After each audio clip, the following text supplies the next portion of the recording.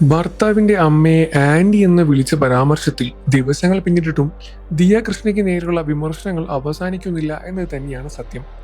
ദിയയുടെ YouTube channel unsubscribe ചെയ്തുകൊണ്ടവർ campaign നടത്തിക്കൊണ്ടിരിക്കുകയാണ്.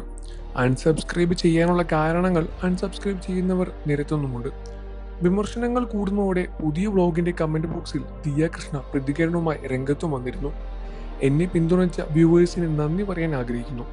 കുറച്ച് വ്യൂസിന് വേണ്ടി എനിക്കെതിരെ മെനഞ്ഞെടുത്ത കഥകൾ വന്നിട്ടും ഈ വർഷങ്ങൾ അത്രയും എനിക്കൊപ്പം നിന്നു.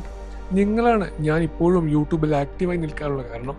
റിയാക്ഷൻ വീഡിയോകൾ കണ്ട് എന്നെ ജഡ്ജ് ചെയ്ത ദുർബലരായ താൽക്കാലിക വ്യൂവേഴ്സിന് അൺസബ്സ്ക്രൈബ് ചെയ്ത് ഇന്ന് തന്നെ വ്ലോഗ് കാണുന്നത് നിർത്താം. നിങ്ങൾ അൺസബ്സ്ക്രൈബ് ചെയ്ത് അറിയിച്ച് സമയം കളയാതിരിക്കൂ. ആരും ആ കമൻറ്റ് നിങ്ങൾക്ക് പണം തരില്ല, സമയവും ഊർജവും കളയുന്നു. ഞാൻ വളരുന്നത് ഇഷ്ടപ്പെടുന്ന മൂന്നാംകിട ചാനലുകൾ നോക്കി എന്നെ ജഡ്ജ് ചെയ്യാത്തവർക്ക് ഞാൻ കണ്ടന്റ് പോസ്റ്റ് ചെയ്യുന്നതാണ്. നാളെ മുതൽ അൺസബ്സ്ക്രൈബ് ചെയ്തവർക്ക് ഇവിടേക്ക് ക്ഷണമില്ല, കമന്റ് ചെയ്യാൻ പോലും. കാരണം നിങ്ങൾ ഓരോരുത്തരും ഞാൻ ബ്ലോക്ക് ചെയ്യും എന്നാണ് ദിയ കൃഷ്ണയുടെ കമന്റിൽ പറയുന്നത്. ഈ കമന്റിനും രൂക്ഷ വിമർശനവും ലഭിക്കുന്നുണ്ട്. യൂട്യൂബ് ചാനൽ മാത്രമല്ല ഇന്ന് ദിയ കൃഷ്ണയുടെ വരുമാന മാർഗം ബിസിനസ്സാണ്. ലക്ഷ്യങ്ങളുടെ ബിസിനസ്സിന് നടത്തുന്ന സ്ഥാപനം ദിയക്കുന്നുണ്ട്. ഇതുകൊണ്ടായിരിക്കും ഹെയ്റ്റ് ക്യാമ്പയിൻ ദിയ കൃഷ്ണ കാര്യമാക്കാത്തതും എന്നും അഭിപ്രായങ്ങൾ പുറത്തു വരുന്നുണ്ട്. വ്യാപക വിമർശനം വന്നിട്ടും തന്റെ അഭിപ്രായത്തിൽ ഉറച്ചു നിൽക്കുന്ന ദിയ കൃഷ്ണ ഭർത്താവ് അശ്വിൻ ഗണേഷിനും ദിയ പരാമർശത്തിൽ എതിർപ്പില്ല. അതേസമയം ദിയ കൃഷ്ണ ഇനി പിന്തുണയ്ക്കാൻ പറ്റില്ല എന്ന തീരുമാനത്തിൽ ഉറച്ചു നിൽക്കുകയാണ് വിമർശിക്കുന്നവർ. സമൂഹത്തിന് നല്ല മെസ്സേജ് കൊടുക്കുന്ന ആൾക്കാരെ സപ്പോർട്ട് ചെയ്യാം, അല്ലാതെ തന്നെ പോലെ വഴിയിൽ പോകുന്ന എല്ലാവരെയും അമ്മ എന്ന് വിളിക്കുന്നവർക്ക് വട്ടാണെന്ന് പറയുന്ന ആണ് നിനക്കാണ് വട്ട്, ഒന്ന് ചിന്തിച്ചു നോക്കൂ എന്ന തരത്തിലെല്ലാം തന്നെ വലിയ രൂപത്തിലുള്ള വിമർശനവും ദിയ കൃഷ്ണയ്ക്ക് നേരെ ഒരുപാട് വിമർശകരും നടത്തുന്നുണ്ട്.